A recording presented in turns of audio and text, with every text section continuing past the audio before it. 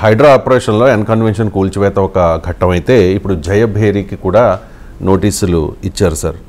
Yesterday ordered Jayabheri constructions to clear encroachments in the full tank level and buffer zones areas near the Rangalal Kunta lake located at Gachibowli financial districts. ఇప్పుడు జయభేరి సంస్థ మురళీమోహన్ గారికి చెందింది.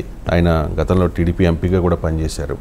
అంటే రాజకీయాలకు అతీతంగా ఈ ఆపరేషన్ జరుగుతుంది అనుకోండి, కానీ ఇప్పుడు జయభేరి జోలికి వస్తారా అనేదే ప్రశ్న. ఇప్పుడు ఆడ మనం చూడాల్సిందే జయభేరా, అది ఎన్కన్వెన్షనా, అది నాగార్జున, అది మురళీమోహన, అది పల్లం రాజా, అది కాటసాని రాంభూపాల్ రెడ్డ, ఇది కాదండి. అది FTL, అది బఫర్ జోన్, ఇది చూడాలి. అది వదిలేసి ఇది ఇంకా నాకు అర్థం కాని విషయం. అది జయభేరి అయితేంది, రణబేరి అయితేంది. ఆడ ఇష్యూ జయభేరి కాదు, అక్కడ ఎన్కన్వెన్షన్ కాదు. నాగార్జున అయితే జగన్ సపోర్టరు, అందుకు కూల్చారు. మురళీమోహన్ అయితే తెలుగుదేశం, రేవంత్ రెడ్డి చంద్రబాబు నాయుడు పట్ల గౌరవం ఉంది. ఈ రాజకీయం ఏంటంటే నాకు నిజంగా అర్థం కాని విషయం. FTL, బఫర్ జోన్, ఈ రెండే కదా రాజకీయాలు. FTL, బఫర్ జోన్లు ఉన్నాయా లేవా? ఇంతకుమించి ఇంకోటి ఏం లేదు కదా. సో ఎస్, ప్రముఖుల కూడా నోటీసులు ఇచ్చి కూల్చడం ద్వారా ప్రజల్లో ఒక విశ్వాసం, ఒక ఏ ఆపరేషన్ అయినా ప్రజల మద్దతు లేకుండా ప్రజాస్వామ్యంలో సాధ్యం కాదు. ప్రజల మద్దతు పొందడంలో కొంత వ్యూహాత్మకంగా వెళ్ళాలి కూడా. ఆ వెళ్ళే క్రమంలో ప్రముఖుల ప్రాపర్టీస్ అంటే ఒక కాన్ఫిడెంట్ చట్టం పట్ల, వ్యవస్థ పైన, జరుగుతున్న కార్యక్రమం పైన ఒక విశ్వాసం ఉంటుంది. అంటే మన సమాజంలో చట్టాన్ని డబ్బున్న వారి చుట్టం కనుక, న్యాయం డబ్బున్న వారి నేస్తం కనుక, వ్యవస్థలు డబ్బున్న వారి ముందు దాసోహం కనుక, ఇది నమ్మకం ప్రజల్లో కలగదు. ఏ ఆపరేషన్ పైన మనకు అనుమానంతోనే చూస్తాం. సో ఆ ఆపరేషన్ ఏమో, దీని వెనకాల ఏముందో, ఇది మా దగ్గరికి వస్తుంది తప్ప వాళ్ళ దగ్గరికి పోతుందా, ఇది జెన్యున్ అప్రిహెన్షన్, తప్పలేదు. ఎందుకంటే వ్యవస్థలు అలా ఉన్నాయి కదా. ఇప్పుడు ఈ వ్యవస్థ ఇందుకు భిన్నమా, నేనేం సర్టిఫికేట్ ఇవ్వట్లేదు. నేనేమంటున్నా, భిన్నంగా ఉంటే సమర్థిద్దాం, భిన్నంగా లేనప్పుడు ప్రశ్నిద్దాం, ఊరుకునేది లేదు కదా. అందుకే నన్ను రేవంత్ రెడ్డి రేపు వెనక్కుపోతే నిలదీయడానికి కూడా మనం సిద్ధపడాలి అంటున్నా. ఎందుకంటే ఇది రాజకీయ ఒత్తిళ్ళు మామూలుగా ఉండవు. ఎందుకంటే రేవంత్ రెడ్డి చెప్పాడు కదా కృష్ణాష్టమి రోజు, ఇది మా ప్రభుత్వంలో ఉన్నవారు కూడా ఉన్నారు, ఇలా సమాజంలో ప్రభావం చూపగలిగే శక్తివంతులు ఉన్నారని చెప్పారు కదా. సో అందువల్ల ఆ శక్తివంతుల జోలికే ముందు పోతే జనంలో ఒక విశ్వాసం కలగటానికి ఉపయోగపడుతుంది. అయితే జయభేరి ఉందా, నేను మీడియాలో చూసింది అయితే మురళీమోహనే క్లారిటీ ఇచ్చాడు. అవును, షెడ్లు ఉన్నాయండి, మేమే ఆ షెడ్లు తీసేస్తాం, హైడ్రా కూడా అవసరం లేదు. మరి షెడ్లు ఎందుకు ఉన్నాయండి? షెడ్లే ఎందుకున్నాయి చెప్పండి. బఫర్ జోన్లో షెడ్లు కూడా ఉండదు కదా. ఇక్కడ జయభేరిని కాదు, రేపు ఏం చేస్తారు, ఎక్కడైనా షెడ్లతోనే మొదలవుతారు, తర్వాతనే భారీ నిర్మాణాలు వస్తాయి. షెడ్లు వేసినప్పుడు ఎవరైనా అభ్యంతరం చెప్పకపోతే నెక్స్ట్ నిర్మాణం వస్తుంది. జయభేరి అలా చేస్తుందని అనడం ఆరోపించడం లేదు, కానీ సాధారణంగా జరిగేది అదే. ఫస్ట్ నిర్మాణం రాదు, ఫస్ట్ షెడ్డే వస్తుంది, తర్వాత భారీ నిర్మాణం మొదలవుతుంది ఎవరు అడగకపోతే. సో అందువల్ల నా పాయింట్ ఏంటంటే జయభేరికైనా నోటీసు, జయభేరా ఎన్కన్వెన్షనా వ్యక్తులతో సంబంధం లేదు. సో ఆ జయభేరి కావాలని చేసిందని ఆరోపించాలని అవసరం లేదు. ఎందుకంటే మురళీమోహన్ అంగీకరించిన మీడియాలో వచ్చింది నిజమే, బఫర్ జోన్లో కూడా మేము 3 షెడ్లు ఉన్నాయి, హైడ్రా కూడా అవసరం లేదు, మేమే తొలగిస్తామన్నారు. వెల్కమ్ కదా, హైడ్రా కూడా పని తప్పుతుంది కదా, ఇంకోటి కానీ చూసుకుంటుంది కదా. సో అందువల్ల ప్రభుత్వం ఒక పిలిపియాలి, వాలంటరీ ఇన్కమ్ డిస్క్లోజర్ స్కీమ్ అని. ఇదివరకు ఈ బ్లాక్ మనీ ఎదుర్కోవడానికి ఒక చట్టం ఉంది, వాలంటరీ వెల్త్ డిస్క్లోజర్ స్కీమ్ అని ఒక విధానం వచ్చింది.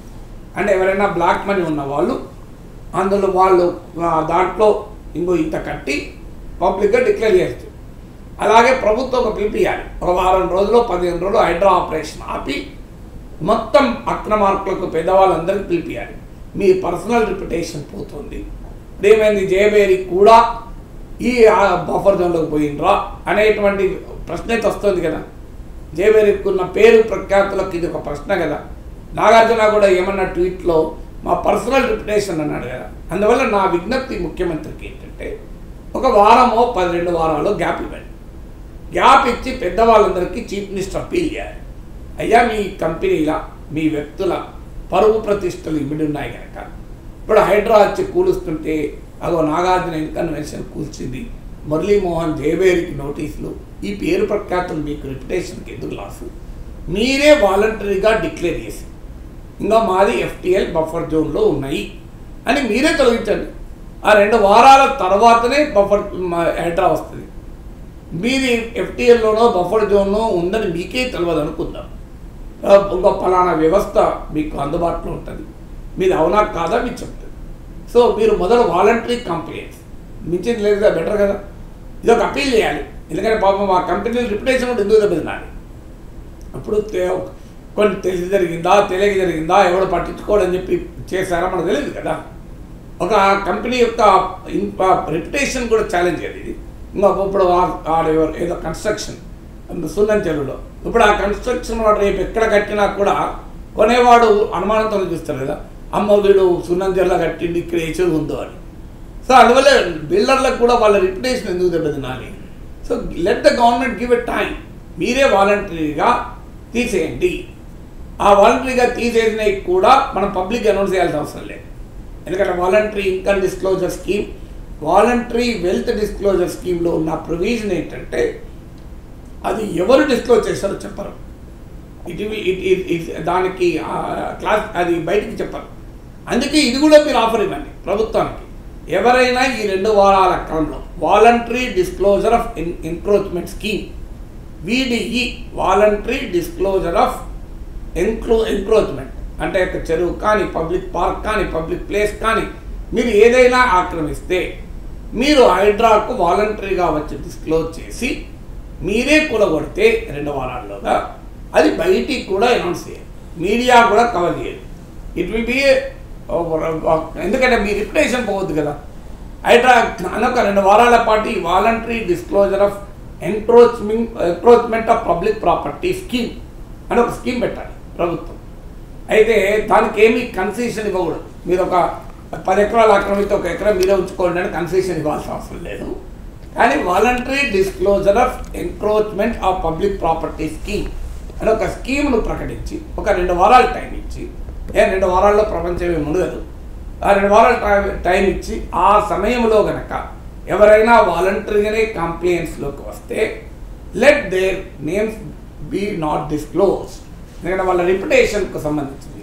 ఎందుకంటే ఈ బిల్డర్లు రియల్ ఎస్టేట్ కంపెనీలు నీకు వ్యాపారమే రిప్యుటేషన్ పైన కదా. ఇంకా ఫలానా జైబేరి అంటే ఒక రిప్యుటేషన్, ఫలానా కంపెనీ అంటే ఒక రిప్యుటేషన్ ఉంటుంది. సో ఆ రిప్యుటేషన్ పోకూడదు కనుక ఈ పని చేయండి, పని అయిపోతుంది కదా. ఇప్పుడు ఈ ఆపరేషన్ మొదలైన ఇప్పటికో 2 నెలలు అవుతుంది కదా. ఇప్పుడు మురళీమోహనే ఒప్పుకున్నట్టు పేపర్లో వచ్చింది, షెడ్లు ఉన్నాయి. హైడ్రా వస్తుందని తెలుసు కదా, షెడ్లు మొదలే తీసుంటే ఇవాళ నోటీస్ ఇవ్వాల్సిన అవసరం ఉండేది కాదు కదా. నెల కింద కనుక జయవేరి వాళ్ళు ఆ షెడ్లు తొలగించి ఉంటే ఇక నోటీస్ వచ్చేది ఉండేది కాదు. జయవేరి కూడా అని మనం చర్చించాల్సిన అవసరం ఉండేది కాదు కదా. తెలుగుదేశం మాజీ MP కూడా అని చర్చించాల్సిన అవసరం ఉండేది కాదు కదా. సో ఈ చర్చ ఉండేది కాదు కదా, తీసేయాల్సి ఉండే 1 మంత్ క్రితం పని అయిపోయేది. అసలు హైడ్రా దాకా జోలికే రాకపోవు. అందువల్ల ప్రభుత్వం ఈ ఫెసిలిటేషన్ ఇవ్వాలి. సో ఈ 2 వారాల తర్వాత మాత్రం మెర్సిలెస్గా కూల్చేస్తాం, 2 వారాల్లో మీరు చేయండి. అది కంపెనీల బిల్డర్ల రిప్యుటేషన్ కాపాడటానికి ఉపయోగపడుతుంది. ఎందుకంటే ఇప్పటిదాకా వ్యవస్థ నడిచింది కనుక నడిపించుకున్నారు అందరూ. సో లెట్ గవర్నమెంట్కు గుడ్ ఇంటెన్షన్ ఉంటే ఆ పని చేయమని చెప్తున్నారు.